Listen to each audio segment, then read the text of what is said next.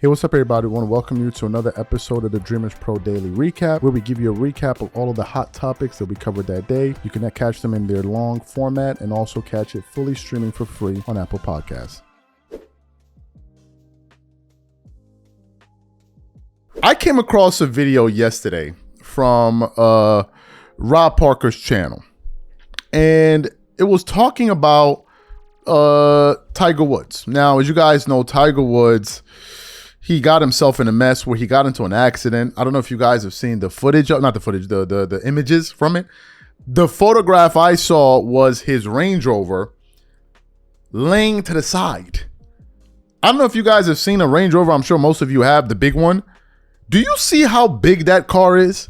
How are you, what were you doing that the car tipped over? So it made all of this news. Everyone is talking about Tiger Woods. How does this affect his legacy? Blah, blah, blah, blah, blah. And I'm not a golf guy in any way, but we all know Tiger Woods is one of the biggest sports icons of all time, right? We all know this. So yesterday, and by the way, they had touched on this on The Odd Couple already. So yesterday, I was just going through the internet and I came across a video called Tiger Will Be More Revered Than LeBron. And I'm like, how did LeBron James end up in this mess? How was LeBron getting disrespected again? Now, here's the part that stands out to me with Rob Parker. I think Rob has seen maybe a few of our shows because he commented once on our shows. Rob, for as much as he roasts LeBron, I am surprised that he has him. I think he has him as either the third or second greatest player of all time. I don't know how Rob Parker does that. But anyway, so I tune into this video, and then it has a title at the bottom. Rob Parker, Tiger will be revered in ways LeBron will never be. And I'm like, damn, LeBron catching strays again? Take a listen to what Rob Parker had to say here. All right, a lot to get to. And Rob G, can you start with the Masters, which of course is underway, round one.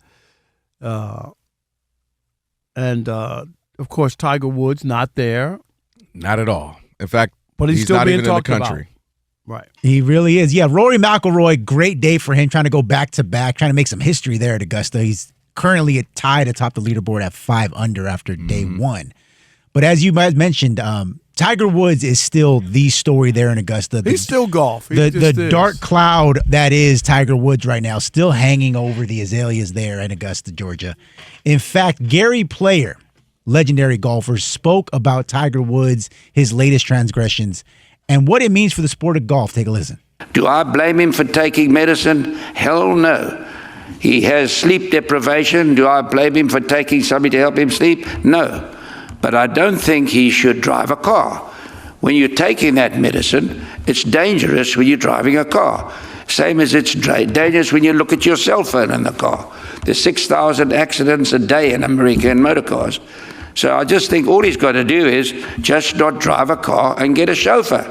I mean, my reflexes, I think, are as good as when I was 20, but I don't drive anymore. I get a chauffeur.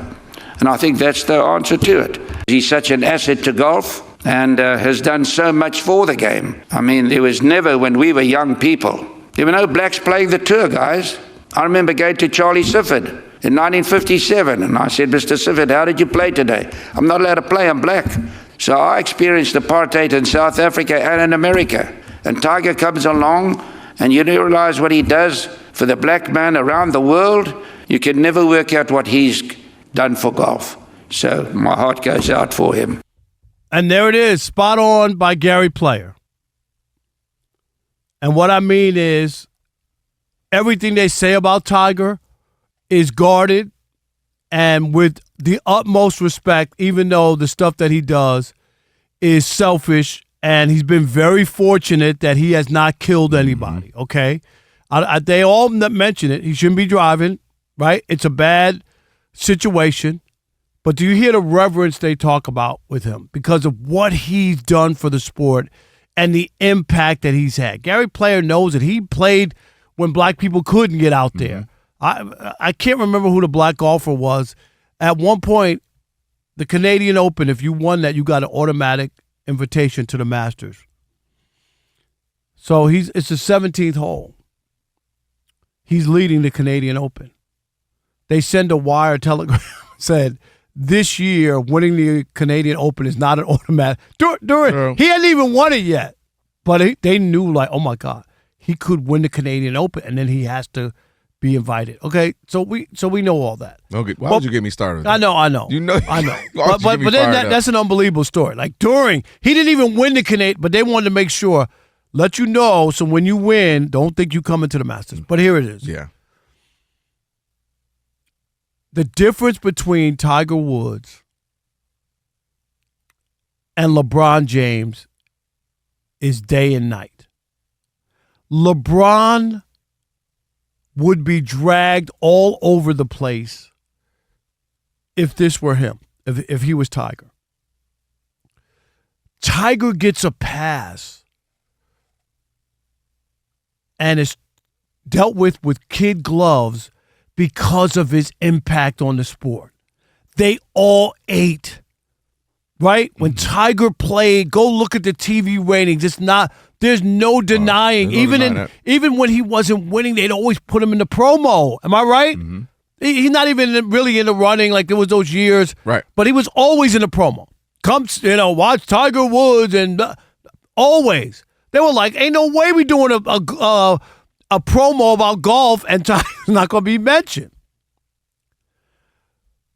So no matter what he does, short of killing somebody, you know what I mean? Like something of that degree, they always tippy-toe around Tiger Woods for what he meant and has meant and his impact.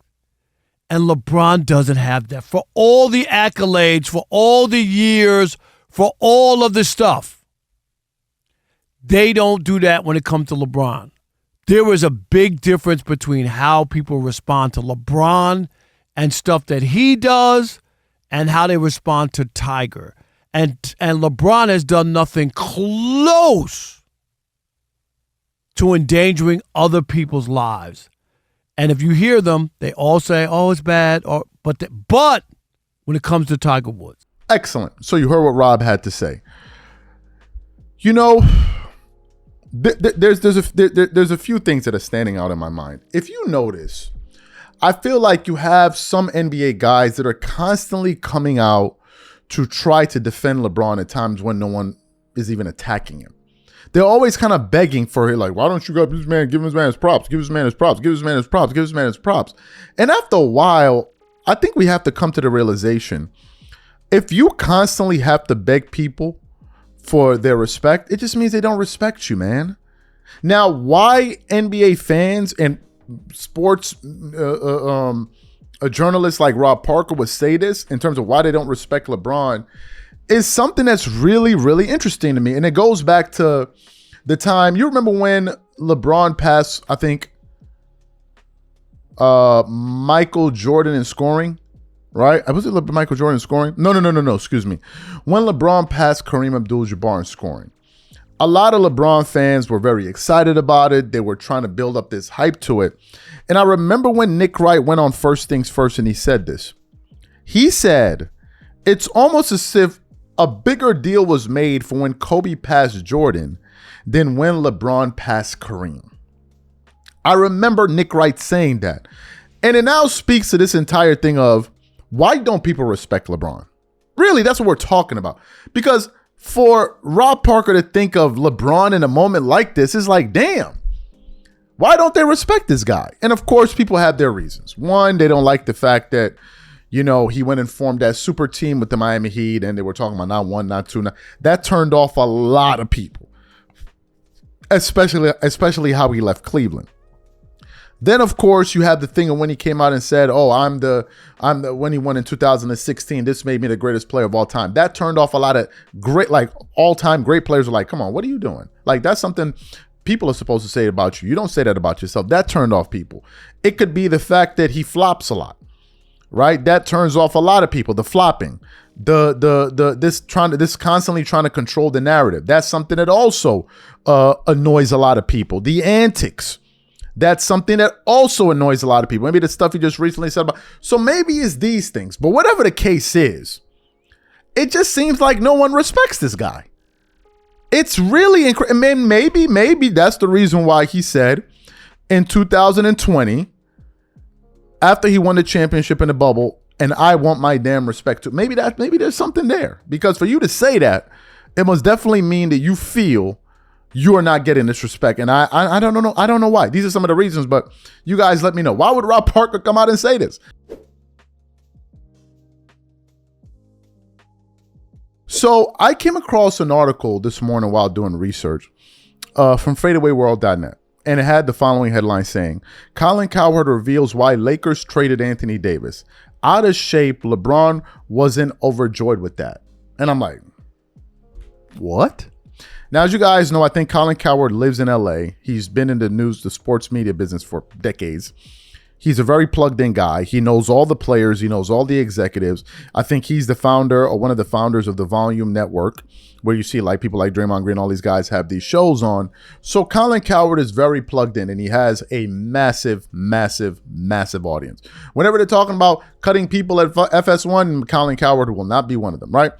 And as you guys know, AD and LeBron just recently did this skit together when they pranked Draymond Green, right? So they seem very cordial. But if you guys remember, at the time when Anthony Davis got traded, there was a lot of speculation surrounding that trade, to the point where even AD was a little bit speculative of the stories that were coming out after things had unfolded. And he felt like there may have been some foul play. Some NBA players felt like more people knew than that was being said, like Jimmy Butler came out there and said that. Of course, you heard the story that the Markieff Morris, Marcus Morris' brother had when he talked about how the trade went down and all of that.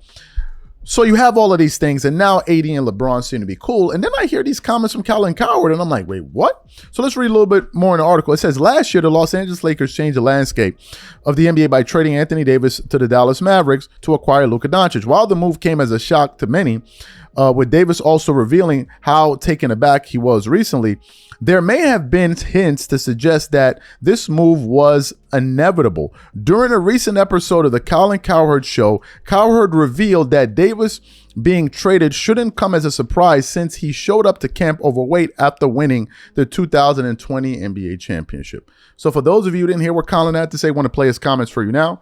Take a listen to Colin Cowherd, and then we'll come back and continue on the show. Take a listen to Colin here.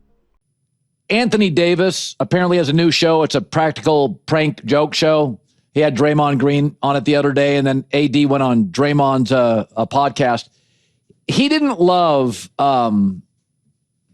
the way he was treated by the Lakers. I have known a couple of people in my life. My wife used to be in HR, and I've known a couple other people in HR.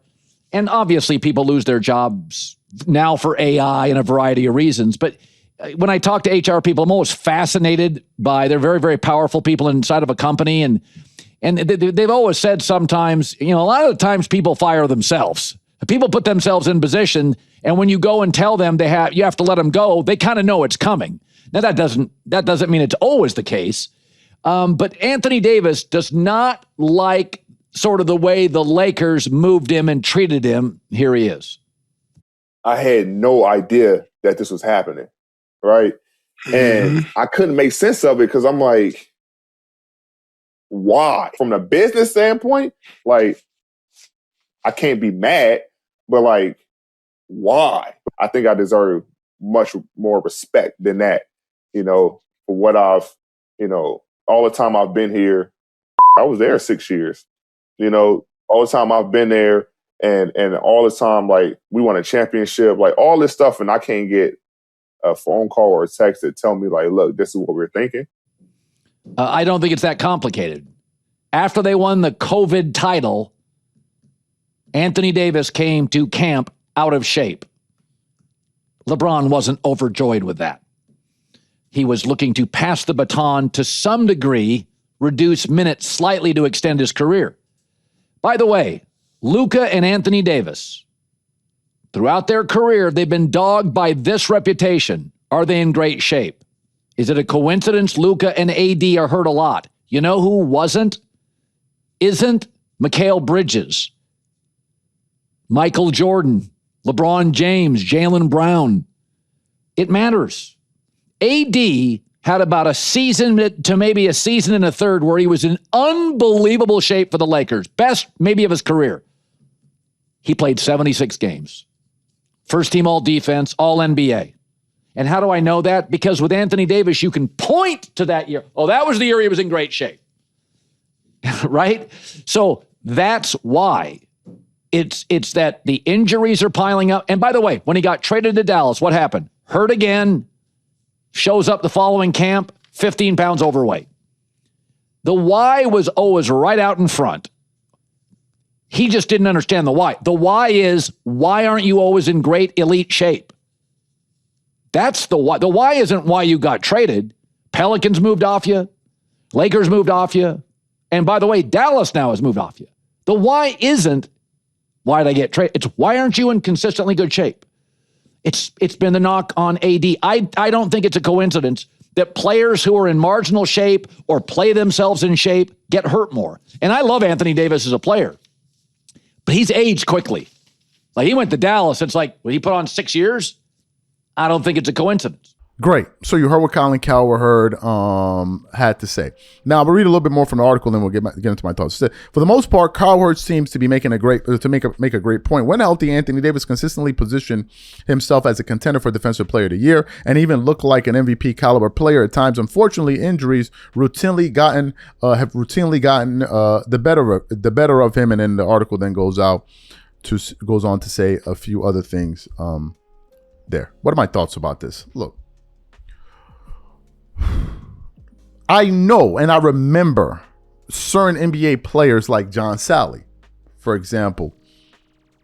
I think he said it on Gil's Arena at the time, questioning the training of Anthony Davis, right? Maybe his training methods. Maybe he's not training properly. That's what's leading to his injuries. In terms of AD being overweight, I can't remember any time outside of recently in Dallas where we could look at Anthony Davis and say weight was an issue. I never thought that was an issue. It was never brought up into me. It wasn't like AD got fat, like the way that we're talking about, for example, Luka Doncic, right? Luka, that was a real talking point. Is Luka Doncic putting on too much? So that was a real thing. In the case of AD, I don't remember that being a talking point. AD never looked out of shape to me. I remember AD didn't like the idea of playing the 5 because he didn't want to deal with all of that physicality. I remember that. I remember AD and LeBron James getting along pretty swell together. I remember AD being the focal point of the offense before he got traded, and he was looking well like an MVP caliber player.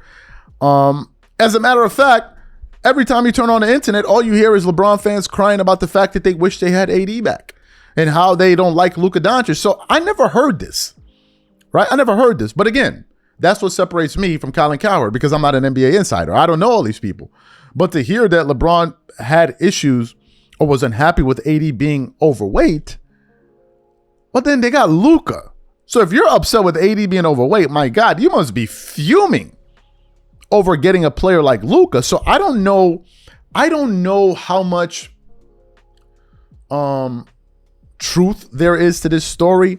But it is surprising to hear, according to Colin Cowherd, it's important that we state that, according to Colin Cowherd, that LeBron was unhappy with Anthony Davis's conditioning.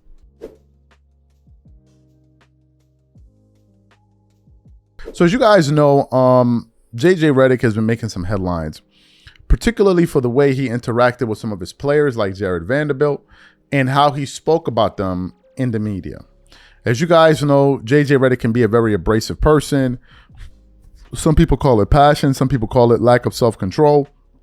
But JJ at times tends to point fingers at others. I've heard a bunch of people talk about this. Even First Things First, Nick Wright was complaining about this. Some other shows have complained about JJ Redick. But now it looks like, according to a former NBA player who's pretty plugged in, he believes that JJ Redick will be fired by the Lakers because of his issue with taking accountability, not running good plays, and just not being a great coach overall. At least that's what he thinks. So I came across an article here from Fadeaway World with the following headline stating this.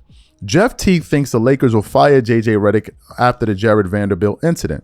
Lakers head coach JJ Redick's tenure with the franchise might be cut short after the incident with Jared Vanderbilt, according to former NBA All-Star Jeff Teague. It then continues on. The Los Angeles Lakers have gone 0-3 in April after a dominant March, which saw them go from fighting to stay out of the play-in tournament to rising all the way to the number 3 seed in the West. Unfortunately, injuries to Luka Doncic and Austin Reeves have caused the franchise to crash in their last 3 games with terrible performances leading to blowouts. Their 123-87 loss to the Oklahoma City Thunder on Tuesday was extra notable after head coach J.J. Redick had a public spat with Jared Vanderbilt on the bench, subbing the forward out after 17 seconds in the second quarter and not playing him for the rest of the game. The situation between J.J. Redick and Jared Vanderbilt has been discussed endlessly since, with many questioning if there are any bad feelings personally between the coach and the player to cause such a public spat. However, JJ Redick made some comments to address that, so we want to play JJ's comments right now. Take a listen to what JJ Redick had to say there. What led to the exchange between you and Jared Vanderbilt early on in the second quarter? Just a confluence of things. Again, it's nothing personal with him. Normal stuff from my end. I think for all of us, being undermanned and we've got to scrap and claw. We've got to all be on the same page. We got to be great teammates. We got to all play hard. Called a timeout to get him out of the game, and he reacted. But again, normal interaction for me. What was he not doing in his shift then? What was he not doing? Yeah, to take him out. Like what? Again, it was a confluence of things, Dan. I guess just what has been sort of like the emotional whiplash of like the guys that are on the court tonight, the Ruiz, the DeAndre Aytons, guys that a week ago were focusing for a push for really deeper in the playoffs to now kind of just sort of like treading water, I guess. Well, that's one way to look at it. That's not how I look at it. And it's my job to make sure, and again, this is the way things started tonight. And, I just called the early timeout because Rui didn't do his job. And so took him out of the game. We've got to find 9 guys that are like all in on us fighting and willing to go out on the, whatever metaphor you want to use. I don't want to use a war metaphor in this time, but whatever you got to do to go out and fight and be all in on the team, we'll find the 9 guys. It's a great opportunity for us over the next 3 games to find those guys. JJ, you mentioned on Saturday, the practice before the Dallas game, that you're going to ask DeAndre to do some different things. What are those things, and how do you think he's? Yeah, he's had trouble catching the ball. So we've ran a bunch of plays for him. He's just had trouble catching the ball, and I don't know if that's the passing or if it's him trying to get position. He hasn't been able to catch the ball. You mentioned one of your previous answers, just trying to find the 9 guys. Considering guys are playing different roles or playing time is going to be different before. Can this period almost feel a little bit like a reset, just considering almost feel like there's a blank slate in some sense? Yeah, I mean that's tonight. Obviously, we wanted it to be a close game, but it was an opportunity for a bunch of guys to play a lot of minutes. Those sort of spots they're open. We're gonna, and similar to what we've done, when we've been healthy, at the 5, we'll play the 5 that is all in that day, and we'll figure out who that is. Okay, good. And then it continues on. Then we continue on. Redick's actions have caused former NBA All-Star Jeff Teague to share a bold take on the Club 520 podcast, saying that Redick will be fired by the Lakers after such disrespectful behavior to players on his roster. So what we want to do now is want to play what Jeff Teague had to say here on the show and his reasoning for it, and then we'll come back and continue on with the show. Take a listen to Jeff Teague here. He's a JJ going great, boy. The Lakers. Yeah, JJ won't be part of this. He won't be the coach next year. He's an He is sick of this. He's gonna get fired for sure, bro. Damn. And he don't even deserve to, because it's not his fault. It's when his best players got hurt. Yeah. I don't think they're gonna fire him. Nobody, people are gonna stop liking him. You can't do that, bro. As long as Luka like you, good. But it's a fact. Why you can't catch the ball? And he don't look like he's enjoying this no more. He about to go back to pod. Yes. He said, he's struggling to catch the ball. You can't say that, bro. You're basically saying he's sad. Damn. I mean, but what if we passing you the ball, you're not catching it? I mean, shit, That's just what let I'm everybody saying, else AJ. say it, bro. You can't say it. You the coach. You gotta take the blame. Like, man, we just maybe running some bad plays. Like, Yeah. He said maybe it's the passing. yeah, he put it on the He player. put it on another player. Again. For real. I'm not in the He game. took a nigga out in 1 minute, bro. Now, taking Vandy out for 1 minute. Yeah, Vandy, respectfully. An NBA player. Crash bro. out. Yeah. Nah, Vandy crash out. I ain't mad at that. But JJ saying maybe it's the passer. Maybe this nigga can't catch the ball. What else you want him to say? Nothing. Maybe I gotta draw some better plays so he can be more. Find effective. another way. Ah. Yeah. You gotta put the blame I'm on not you mad at somehow. that. So you heard what Jeff Teague had to say. What are my thoughts about this? Look, guys, I think that a part of this can be probably an overreaction to a player, because Jeff Teague is a former he's a former NBA player, so he's probably looking at it from the standpoint of how a player would feel about that kind of embarrassment, and maybe the locker room will feel with that kind of about with that kind of embarrassment. Now, initially, I thought that the Lakers should have fired JJ because of his inability to get LeBron to accept the third role on the team. I thought that was hurting the team, but somehow, some way, he seems to effectively have been able to communicate that to LeBron, and LeBron has successfully adopted that role. So I thought that, okay, no need to fire the guy. He did the most important thing, and you saw the team playing well, right? So I'm not in a camp of JJ Redick has to be fired. That's number one. Number two, we are all fully aware that the Lakers extended JJ over the summer, right? So they must have some level of confidence in him to extend his contract. So I don't see a situation where that happens. I think the Lakers just kind of understand that. I'm talking about the Lakers management now. Just kind of understand that that's how he is. Now, ultimately, they could fire him, but I don't think it would be because of how he relates to his players in moments like this, especially if he's able to extract results, and in this case, W's, right? So, obviously, I'm not an NBA player. I don't know what it feels like to be embarrassed like that. Obviously, Jeff Teague is, and he has his own unique insight, and maybe that's the reason that he's saying it. So,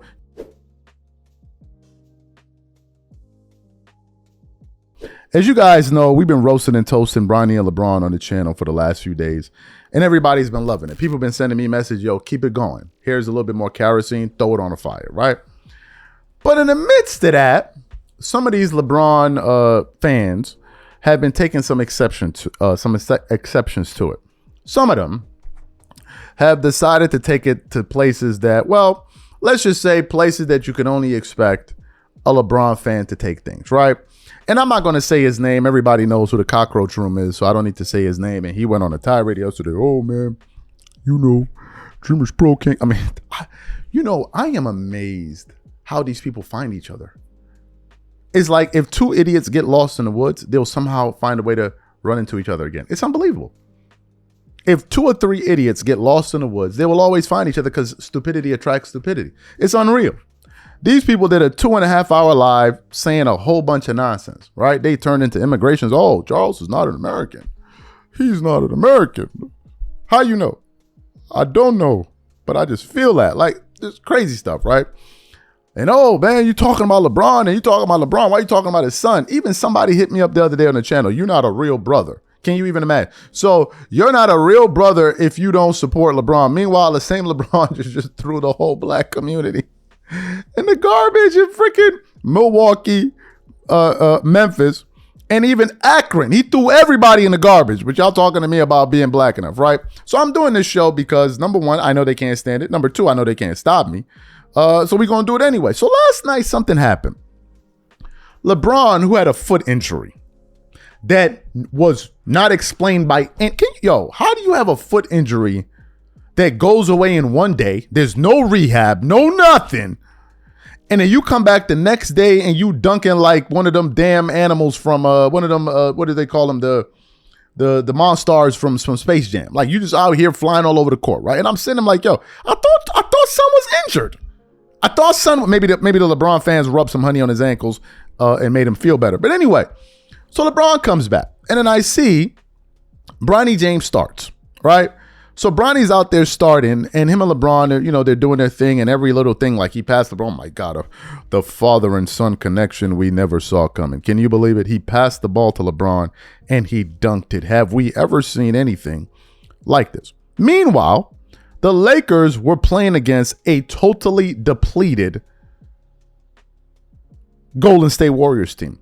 And LeBron fans are so stupid. They're like, well, why don't you talk about Stephen Curry who ducked the leg? You mean the Stephen Curry that's been out for 26 games? That guy that had a real injury? Unlike LeBron, who we now find out, who used to just get injured whenever the team goes to Milwaukee. Come to find out, son didn't even want to go there. The dude that injured his foot for one game and then came back the next game dunking. Y'all make it make sense to me. So Curry didn't play. Kristaps Porzingis didn't play. Jimmy Butler's injured. But LeBron is out there. LeBron. So LeBron puts on his usual stat padding show as only he can. Once a team gets a lead, that's when LeBron starts doing all his showboating. You can never find him doing all of those showboating moves when his team is down.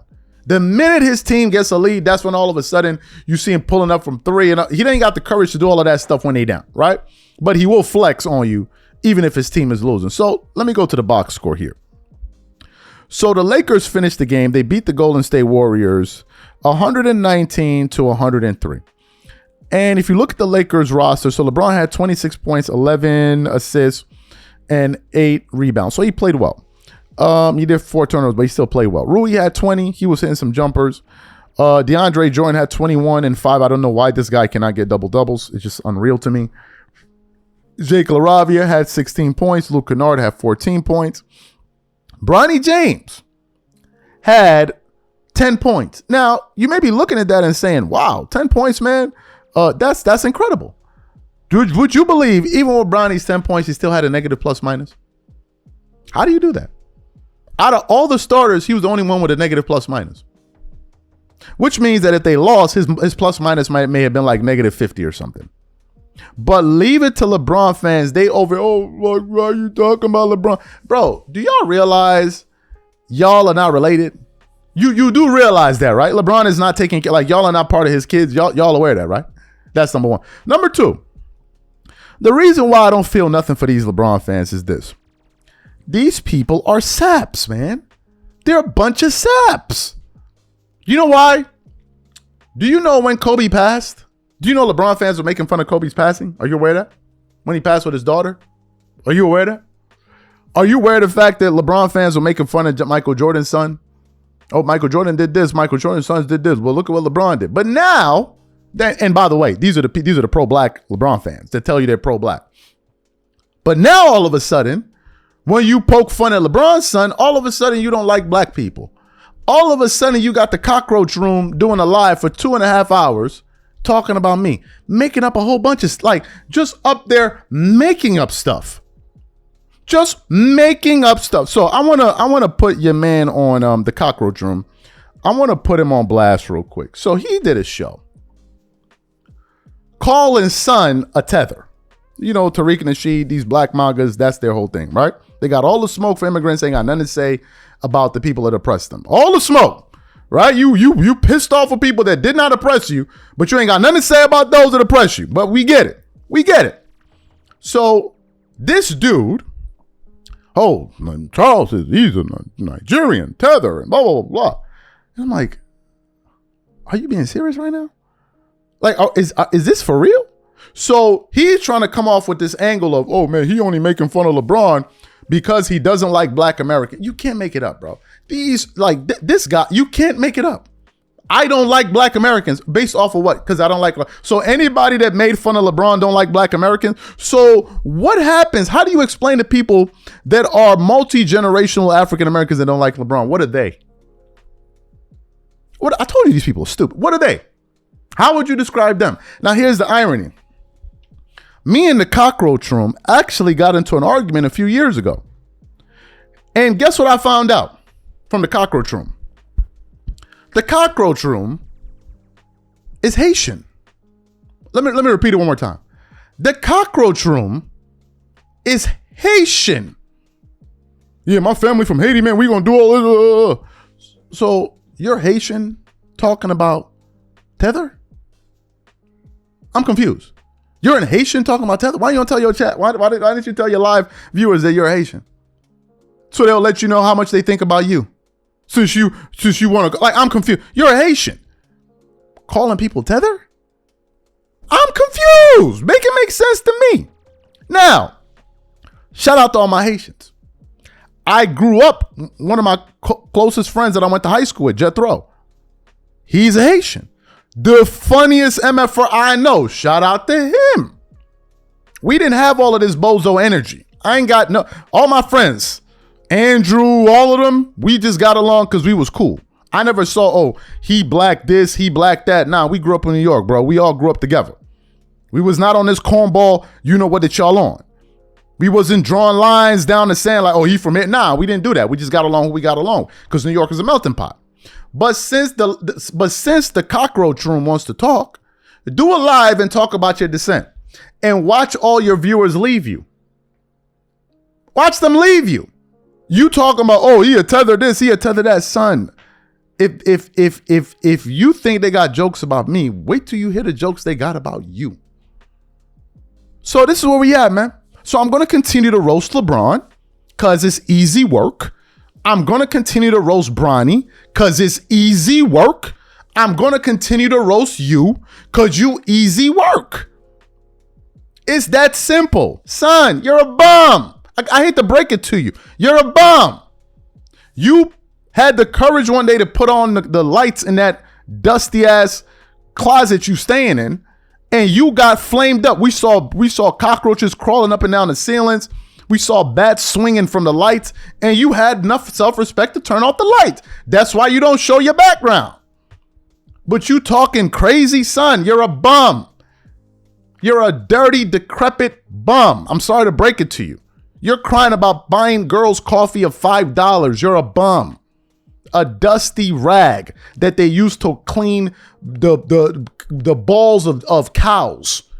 You're a dirt bag. You're a dustbin. You stink. You look like you stink. You got cockroaches sleeping on your head, bro. What are we talking about? You're a bum.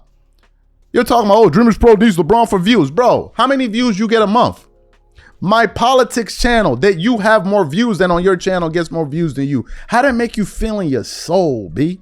How you feel in your soul? You dirty, decrepit, stinking dinbat. How you feel? You talking about, oh, he a tether this. Meanwhile, you Haitian. And shout out to all my Haitians. But you guys got a defective MFer in your ranks. Y'all need to spank his ass. Y'all catch him, spank his ass, because he's defective. Y'all got a defective one. He's defective. You embarrassing the Haitian people, because I know Haitian people and I grew up with them. You're an embarrassment to them. And they would never say no crazy SHI, you know what, that you saying, because you're a bum. And that's why you live in a closet full of cockroaches. Somebody need to spray some Raid on you. You dusty ass.